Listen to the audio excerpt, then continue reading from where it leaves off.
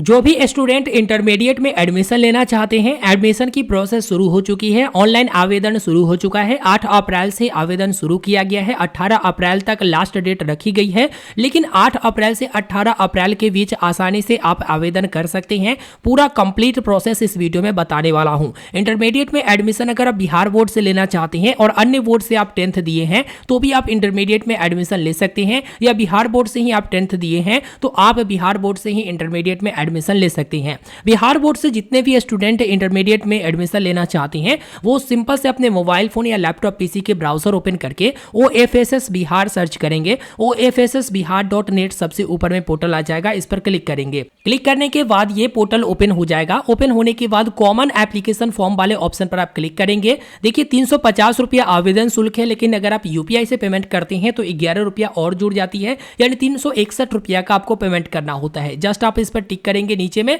और आवेदन करने हेतु यहां पर क्लिक करेंगे। अब यहां पर कॉमन एप्लीकेशन फॉर्म खुल चुका है। सेशन 2026 से 28 इंटरमीडिएट में एडमिशन लेना चाहते हैं बिहार स्कूल एग्जामिनेशन बोर्ड से, वो लोग ये कॉमन एप्लीकेशन फॉर्म को फिलअप करेंगे और कुछ इस प्रकार से है कॉमन एप्लीकेशन फॉर्म।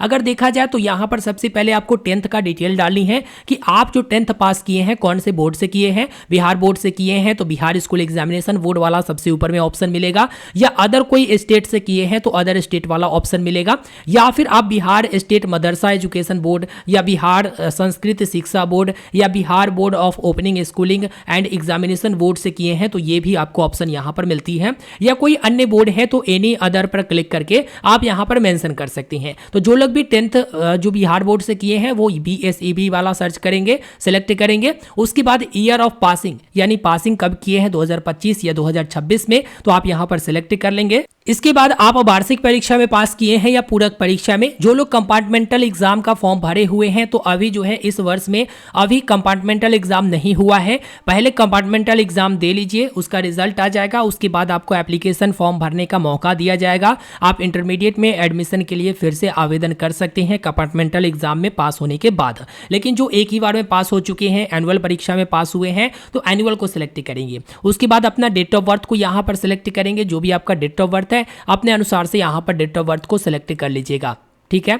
तो आप यहां पर डेट ऑफ बर्थ को सिलेक्ट कर लेंगे, बिल्कुल सही। उसके बाद यहां पर रोल कोड और रोल नंबर डालने की ऑप्शन आएगा। देखिए अगर आप बिहार बोर्ड से हैं तो उसका रोल कोड होता है कॉलेज का, और रोल नंबर आपका दिया हुआ रहता है, जो कि मार्कशीट देखोगे या एडमिट कार्ड देखोगे उसमें रहता है। इसके अलावा अगर आप अदर बोर्ड से हैं तो अदर बोर्ड में आपको रोल कोड दे ना दे, रोल नंबर जरूर डालने का ऑप्शन आता है, तो रोल नंबर आप जरूर डालिएगा। और जहां जहां भी स्टार लगा हुआ है इसको फिलअप करना जरूरी है। अदर बोर्ड वालों के लिए यहाँ पर आवेदक का नाम, उनके पिताजी का नाम और उनके माताजी का नाम जो है मैनुअल डालना पड़ेगा। लेकिन जो लोग भी बिहार बोर्ड से है यहाँ पर रोल कोड डालेंगे और रोल नंबर डालेंगे, ये ऑटोमेटिक फैच होना शुरू हो जाएगा और यहाँ पर सारा डिटेल जो है खुद ब खुद डल जाएगा। तो आप यहां पर देखेंगे एप्लीकेंट का नाम यानी जो आवेदक है उनका नाम आ चुका है, उनके पिताजी का नाम आ चुका है और उनके माताजी का नाम आ चुका है। इसमें कोई एडिट नहीं कर सकते हैं क्योंकि आपके जो 10th में रिकॉर्ड है उसी अनुसार से ये सारी डिटेल आ चुकी है। अब यहां पर सिर्फ और सिर्फ जो है फोटो अपलोड करना है, तो चूज फोटो पर क्लिक करके आपके पास जो फोटो होगा वो यहां पर सिंपल से आप फोटो को ओपन करके अपलोड कर देंगे।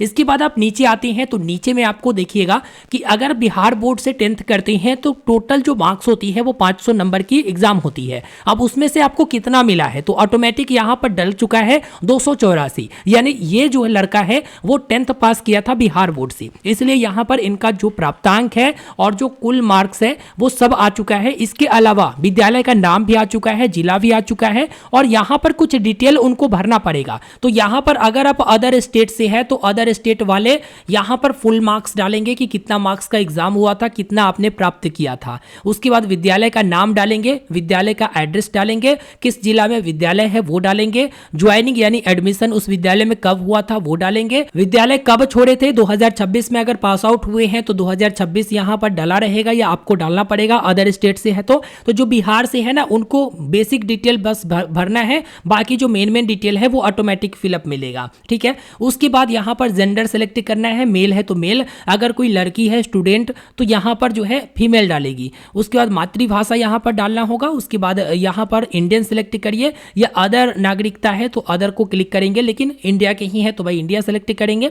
धर्म आवश्यकता नहीं है, लेकिन अगर आप डालना चाहते हैं तो डाल देंगे। उसके बाद यहाँ पर ब्लड ग्रुप आपको पता है तो डाल देंगे। जहां जहां भी स्टार लगा हुआ है रेड कलर में, ये आपको फिलअप करना ही है। उसके बाद यहाँ पर जो एप्लीकेंट है, आवेदक है, उनका पूरा एड्रेस डालना है। जैसे स्टेट चुन लेना है, उसके बाद जिला चुन लेना है, उसके बाद जिला के अनुसार जो भी प्रखंड है या नगर परिषद क्षेत्र है वो चुन लेना है। उसके बाद फुल कंप्लीट एड्रेस डालना है, जैसे मकान संख्या, सड़क का नाम, गांव का नाम, पोस्ट ऑफिस एवं पुलिस थाना जरूर यहां पर डालनी है। तो पूरा एड्रेस एप्लीकेंट डाल देंगे अपना। इसके अलावा यहां पर पिन कोड भी डालना है, एड्रेस का पिन कोड जो 6 अंकों का होता है। उसके बाद मोबाइल नंबर, ईमेल आईडी देना है। टेलीफोन नंबर है तो डालिए, नहीं तो छोड़ दीजिए। आधार नंबर आपके पास है तो डाल दीजिए, अगर आधार नंबर नहीं है तो यहां पर आपको टिक करना पड़ेगा। इसके बाद नीचे आएंगे तो अगर आप जनरल से है तो सामान्य वर्ग को चुनेंगे, एससी से है तो यहां पर एससी को चुनेंगे, एसटी से है तो एसटी को चुनेंगे, और कोई बीसी कैटेगरी से है तो बीसी को चुनेंगे। 10th में अगर आपने बीसी डाला है तो बीसी ऑटोमेटिक यहां पर डला हुआ आपको मिलेगा।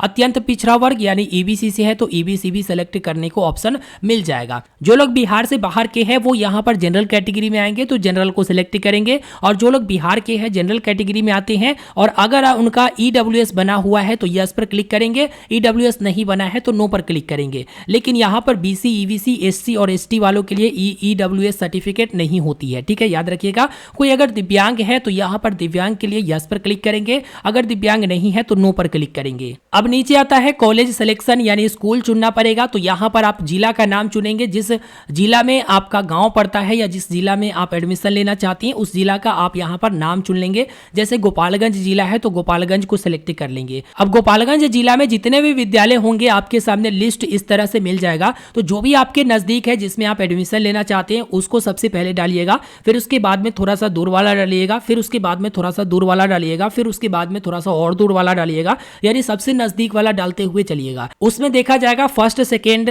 थर्ड, फोर्थ, फिफ्थ में या फिर इसके बाद वाला में आप कौन कौन से विद्यालय को चुने हैं और उस अनुसार से कट ऑफ के अकॉर्डिंग आपको विद्यालय दिया जाएगा। तो मान लीजिए कि इस विद्यालय में अगर एडमिशन लेना है तो इस विद्यालय को सिलेक्ट करेंगे। उसके बाद स्ट्रीम चुनना है। स्ट्रीम में क्या है कि यहाँ पर आपको 3 स्ट्रीम मिलता है, आर्ट्स, साइंस और कॉमर्स। लेकिन बहुत ऐसे विद्यालय है जिसमें कॉमर्स वाला स्ट्रीम आपको देखने को नहीं मिलेगा। तो जिनको आर्ट्स से अगर एडमिशन लेना है तो आर्ट्स को चुनेंगे, जिनको साइंस से एडमिशन लेना है साइंस को चुनेंगे, ठीक है।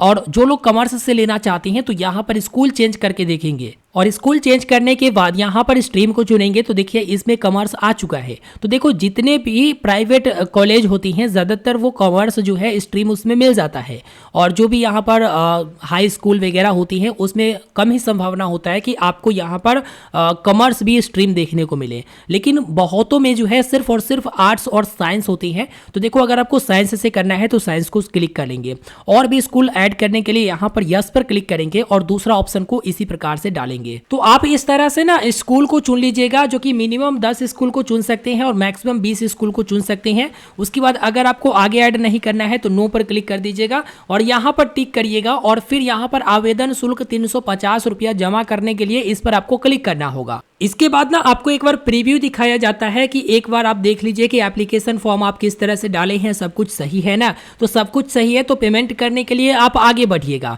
इसके बाद एक OTP आपके मोबाइल नंबर पर भेजा जाता है। आप OTP डालकर जब आगे बढ़ती हैं तो आपके सामने कुछ इस तरह के ID आपको दिखा देता है, ठीक है।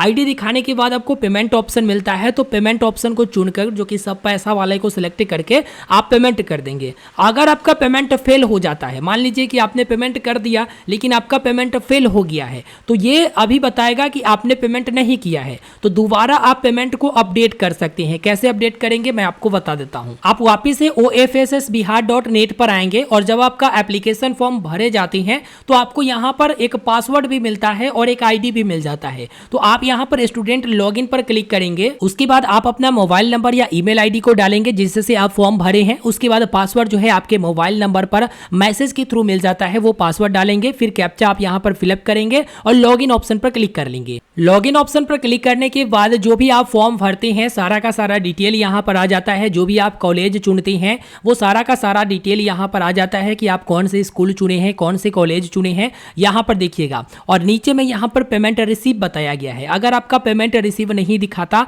लेकिन आप पेमेंट कर चुके हैं तो आप यहाँ पर एक ऑप्शन आपको मिलेगा पेमेंट का, ठीक है। और पेमेंट के ऑप्शन में जाकर जैसे अपडेट वाले ऑप्शन पर क्लिक करेंगे तुरंत ये रीड कर लेगा कि आपका पेमेंट सक्सेसफुल हो चुका है, ठीक है। और यहाँ पर पेमेंट रिसीव बताएगा। तो कुछ इस तरह से आप चेक कर सकते हैं। इसके अलावा पर्सनल इन्फॉर्मेशन वाले ऑप्शन में जाकर आप अपना पर्सनल इन्फॉर्मेशन भी चेक कर सकते हैं। जैसे पर्सनल इन्फॉर्मेशन में जो भी आप डिटेल डालते हो वो सारे के सारे डिटेल्स आपको नजर आ जाते हैं। हाँ, कुछ एडिट अगर करना चाहते हैं तो वो एडिट हो जाएगा। जैसे यहाँ पर ब्लड ग्रुप वगैरह सिलेक्ट करना चाहते हैं वो हो जाएगा और फिर आप अपडेट कर सकते हैं। इसके अलावा ऑप्शन या प्रीफरेंस की बात करें, जो आप कॉलेज या स्कूल चुने हैं उसमें से अगर 1 नंबर 2 नंबर बदलना है वो भी आप कर सकती हैं। देखिए यहाँ पर जो भी आप स्कूल चुने हैं यहाँ पर आप चेंज कर सकते हैं। 1 नंबर 2 नंबर 3 नंबर 4 नंबर में इस तरह से आप डाल सकते हैं, या फिर अपडेट करना चाहते हैं वो भी आप अपडेट कर सकती हैं। जब आपका सब कुछ सही रहता है तो आप यहाँ पर प्रिंट वाले ऑप्शन पर क्लिक करके CAF को फिर से डाउनलोड कर सकते हैं। वैसे आप फाइनल सबमिट करते हैं